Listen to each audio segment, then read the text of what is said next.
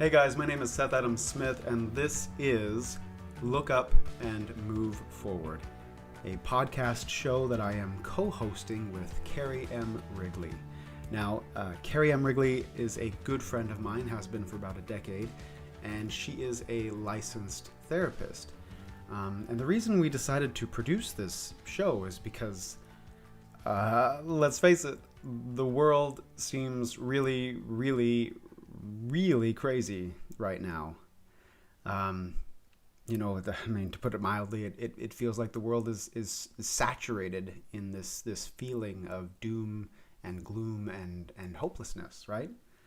And in fact, a few months ago, I was talking to Carrie on the phone about all this craziness and this doom and gloom and this sense of hopelessness. And while we were talking about that, everything that's going on in the world, it was causing me, just to talk about it, was causing me anxiety, right? A sense of anxiety or doom and gloom. I mean, it was just rubbing off on me, right?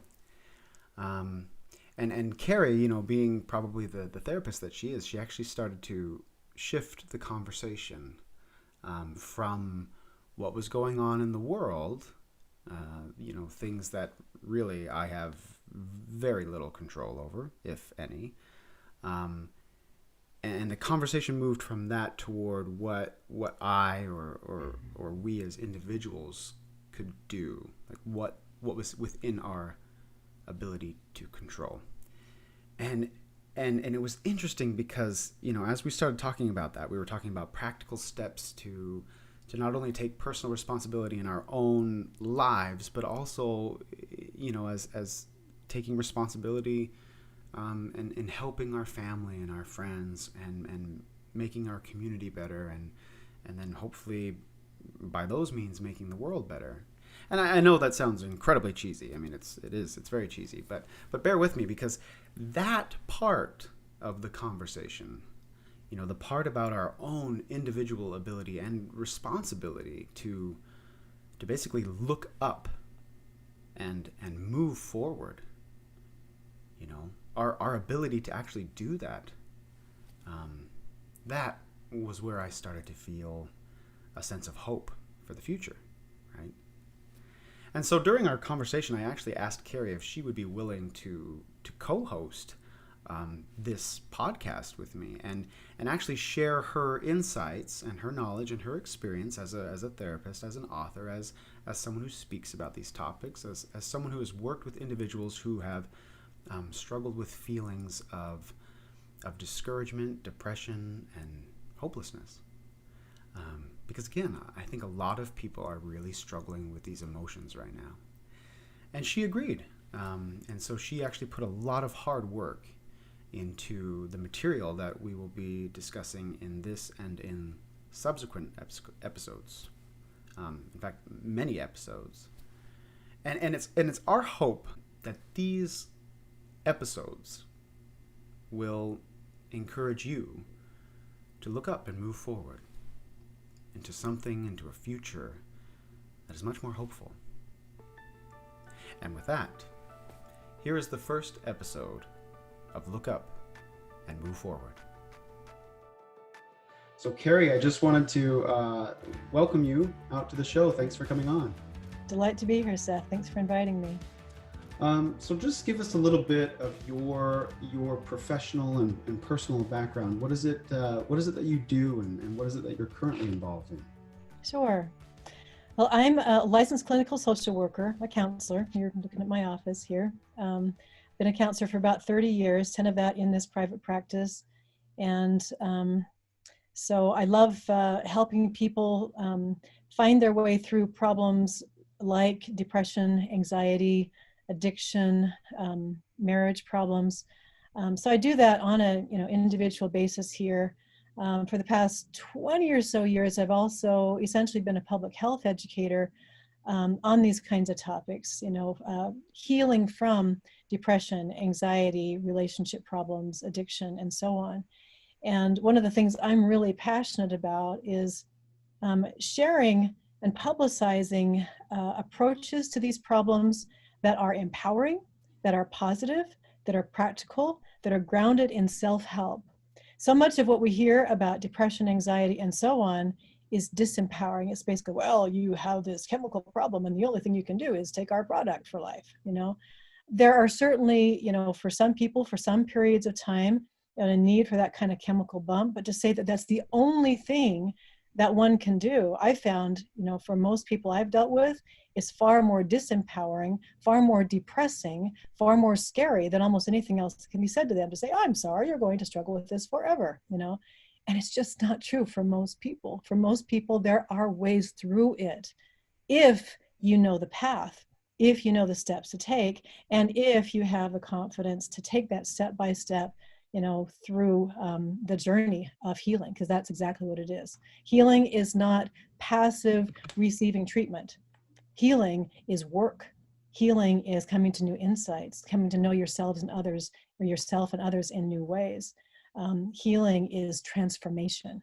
And transformation never comes easy, but transformation is joyful in ways that just only receiving passive treatment never can be. So I'm passionate about that kind of information, both with the individual here in my office and in larger groups, as I've been able to do these past 20 years. And I'm delighted, to, in a sense, be able to share this now with a larger classroom in a time when so many struggle. Because, where there was the occasional person, 20 or 30 years ago that struggled with these problems, it's a rare person anymore that doesn't have some tinge of depression, anxiety, relationship problems, anger, especially in the midst of everything that's going on right now. So if there is ever a need to know how to empower yourself and those you love with ideas that get you through stuff, this is that time. And I'm delighted to be here to share some of that. Thank you. Thank you. I mean, and that was, speaking honestly, that was probably the most refreshing aspect of when I first heard you speak, was that it's so weird. It's just so weird to think, because you were advocating in the talk that I heard, you were advocating taking responsibility. Yeah. And taking charge and doing what you can do. It didn't mean that you could do everything. It didn't mean that, it would instantly go away, whatever you were dealing with, but it meant that you did have power to face the darkness that was inside of you. And something about that was just so overwhelmingly refreshing for me as a kid in my 20s, early 20s, and having power, to move forward and face the dragon, as they say. It was incredible. And it's so interesting, because so much of what we hear, or what the general sense in society right now is that healing is a very passive thing. Is that, you can take some medication and it's going to go away, or, it'll be an instant fix, it'll be a quick fix, and you were never talking about that. I remember that. You never talked about that. You talked about taking responsibility and really owning your life and not being a victim of what you're dealing with. And I find that interesting, especially now, because, anyone can make a very compelling case right now that everything that's happening in the world is not our fault, and it's someone else's fault. All of these other calamities and things that are going on, even it's Mother Nature's fault to some degree, all of these things that are going on. And so it's easy to say, I don't have any power in these situations, right? And something about that, once you surrender your belief that you have any control, you suddenly become very depressed and anxious. And I've been feeling that a lot lately. I've been feeling that to an intensity I've never felt before. And I recently, I recently shared some of those thoughts and feelings in a blog post and in a video, and the responses that I got from people were overwhelming and innumerable. I mean, there were so many people that identified with what I had been feeling. Yeah. And it made me realize that, I'm not the only one going through this. I'm not the only one who feels powerless to do anything in the midst of all of this turmoil. And it just brought me back to those talks and those speeches I heard from you about, taking responsibility and moving forward to the best of your ability, taking responsibility as much as you can and moving forward. And so I kind of wanted to revisit some of those thoughts and ideas that I had heard you share, and I want to share them with a larger audience, with anybody else who might be struggling right now, to see how they can possibly move forward, how they can look up and move forward. And I'll just kind of piggyback on, what you said about current events.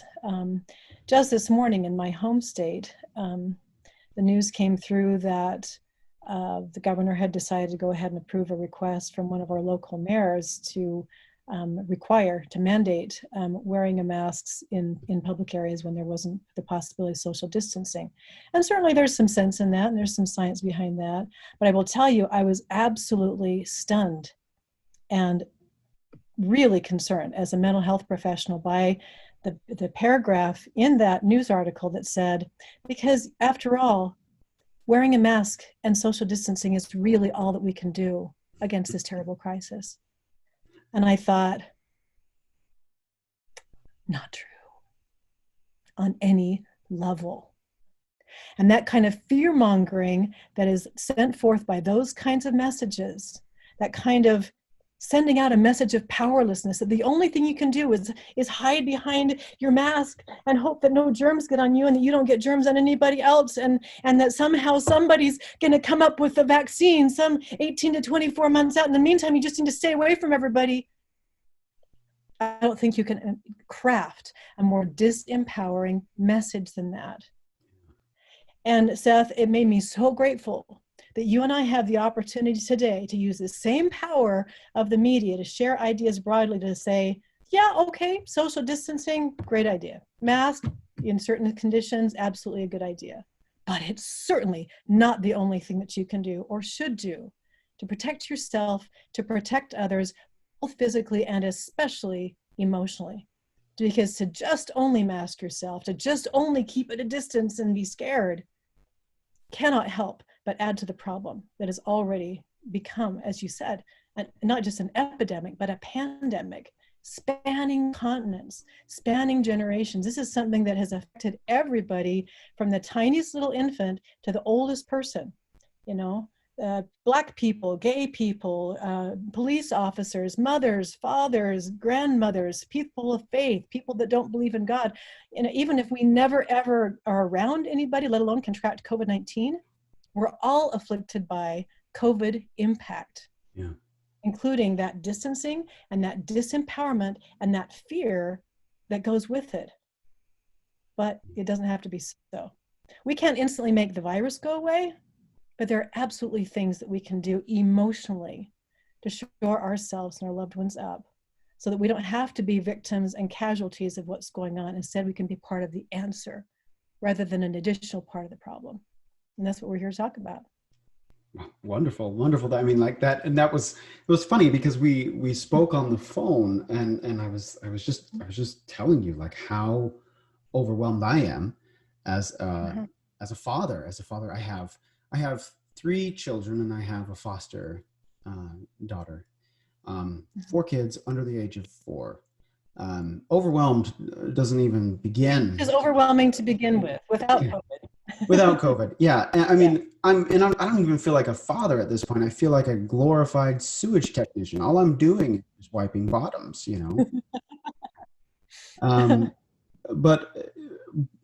But there's this internally, there's this desire inside of me as a father. Like I don't want to be fearful. I don't want to be powerless. I want to do everything that I can do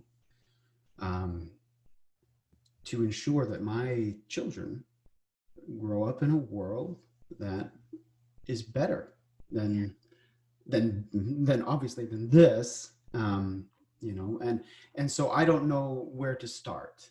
You know, I'm overwhelmed, I'm stressed, I'm, I mean, truthfully, I'm a little scared, depressed, discouraged, especially when I look at all of the headlines on any given day. It just seems to get worse and worse. Um, and so, you know, where does someone like me begin?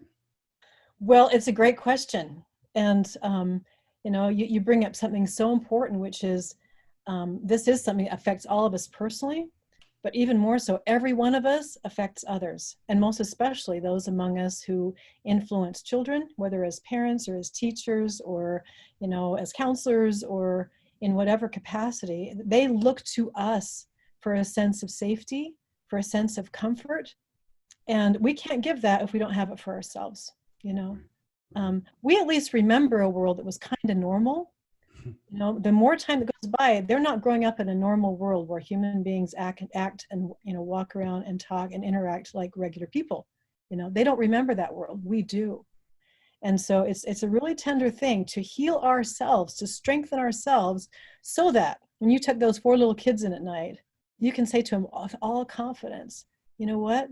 Things are cool. Things are okay. And we're going to get through this together. And you know what? In the midst of it, life can be grand today, not in 18 months when they figure out a vaccine, today, you know. So let me share with you a couple of things that I put together in that effort. I'm going to share my screen. So this is the first image that I wanted to share with you. And you can see it's absolutely glorious image of a multicolored sky just as the sun is coming up.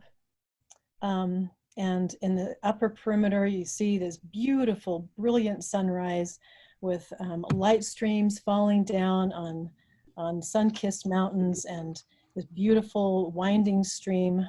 I'm describing this partly for those of you who won't be able to see this.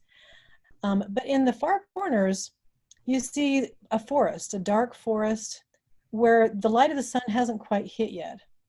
And the coloration is really, really just black.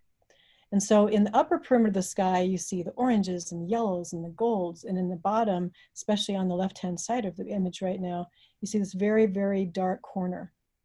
Well, it struck me for years that this image, for its beauty, depends both on the dark pieces and on the light pieces. But that if you only were to look in this tiny little black corner here on the bottom left, if that's the only thing you focus in, I don't have the capacity right now, maybe you will in post, but to zoom in just to that dark little area, that looks like a really scary image. The black is literally all you see. It seems like that's all there is. And you miss the beauty and the balance and the hope in all of these other images scattered throughout the photo. Well, essentially, what I finally realized is the vast majority of what we see in the news is this. Those camera images are literally zooming in on, and that's always, you know, for decades, it's been that way. You know, it's news, you know, the one building that goes down on 9/11, or the 2 buildings specifically. It's not news, all the other millions that stayed standing. You know, it's news, the one person that was treated unkindly, you know, traumatically by that terrible police officer. It isn't news, all the hundreds of thousands of millions of kind acts that are performed by brave and courageous men and women in blue every single day. That's not news. But we focus on that dark little corner, you know. We all have become junior photographers, right? We all had the experience of zooming in. And even in my office behind me, you can see there's a lot of different elements, right? And if I was to take a picture of this office, I could focus on the beautiful light shiny window here. Well, guess what? That's the vast majority of what we're seeing in the news. But it is no more an accurate reflection of all of human experience in this world, even now, even today, than that teeny tiny little black corner is a reflection of this entire picture. Hence, the title that we came up with for this this sequence, Looking Up, Moving Forward. Yeah. Because if we can't see the good pieces, we're not going to move toward them. We're just going to be lost in those dark trees, right? We're going to think that that's all that's there, and it isn't. There are so many things that are positive and helpful and uplifting, and learning to look for those things, learning to strengthen those things, it is a lot of how we get through this and how we teach our kids to get through this. One of the things I find with my clients is even in their very, very darkest state, one of the most powerful things I can do is one of the simplest, which is simply ask them every day to start keeping a gratitude journal, to literally every single day write down at least 3 positive things about their day. You know, if you look at this image, yeah, the black is there, yeah, there's scary looking trees, but there's also lovely things. Even in the worst day, if you look up from your scary phone with the scary news or whatever, you know, you'll find something positive. It'll be some funny little thing your kids did, or it'll be a nice meal that your wife made for you, or it'll be a particularly beautiful sunrise, or a particularly beautiful moon in the sky, or it'll be something, you know, funny that one of your friends said, or it'll be, you know, some accomplishment you did that day that you were proud of, or whatever. You know, there's always positive things if you look for them. If you look up from your despair to specifically focus on, again, with the power of, you know, that focused attention that our cameras kind of teach us about. Our minds are the same way. We focus in, we zoom in on what we decide to look at. And what we decide to look at determines how we feel about what we're looking at. So that's one of the first things that I think is so very important. It's interesting that you share this image of a sunrise while we're talking about looking up and moving forward. I hadn't even shared this quote with you. I don't even think you know that this is probably one of my top 3 favorite quotes. It was spoken by Winston Churchill, the Prime Minister of the United Kingdom during World War II. He was not a well-liked individual. He was a crusty person, to say the least. Rough little British bulldog. Yeah, the British bulldog. Yeah, he was a controversial figure. Remains a controversial figure, but he was essentially the solitary figure, the singular man who stood against Hitler in Europe. And quite honestly, if he had not stayed strong, you know, when all of these other nations had capitulated to Hitler, if he had not stayed strong, the entire history of the world would be forever altered by an evil regime that would have taken over Europe. And it's interesting because in those dark days, I mean, and they were dark. You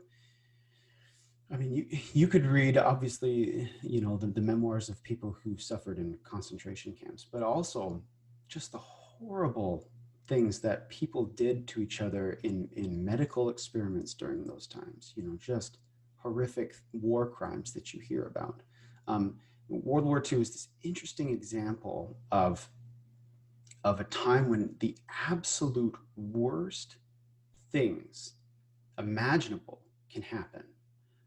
But strangely, the best people can rise up to that challenge. The quote that I love was spoken by Churchill, and he said, and it ties into this image of the sunrise and moving beyond the darkness and looking toward the light.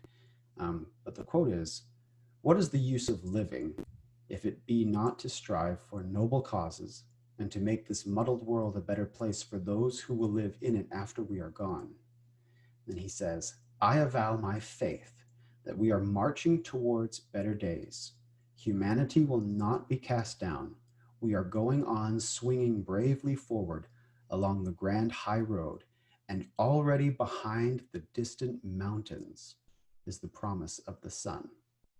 Right? And he said those, you know, during this really dark period in history. And it was so fascinating that we hadn't even communicated about that particular quote, but something that really resonates with me. And you show this image of the sun behind the mountains, you know, and moving toward that light.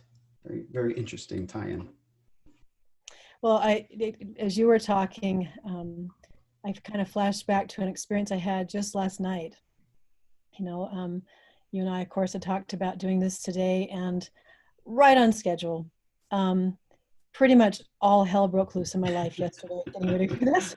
That's it. There you go. And Yeah. a few more losses and COVID impact and, you know, things going wrong and whatever happened to me. And I'm sitting, you know, just after nightfall, I had gone on a walk with my husband. I was sitting on my outside steps among my newly planted little flowers as the sun was going down and the world was getting darker and darker and darker. And my mood was matching it more and more. I'm like, how in the world am I going to talk tomorrow about light and hope and moving forward? I feel like terrible, you know, right now.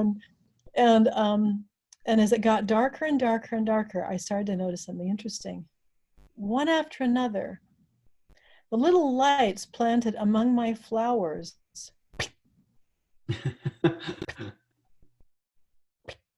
have these little solar lamps. And the darker it got, the more of those lights started to shine. And the darker, even after they were all lit, the darker it got, the brighter they shone.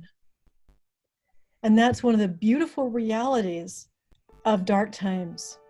It is a chance for all of us to shine, to make a difference, to extend light and hope to those around us. Thank you so much for watching this episode of Look Up and Move Forward. If you enjoyed it, please give us a 5-star review and share this episode with your family and friends. And be sure to subscribe because there are many more episodes on the way.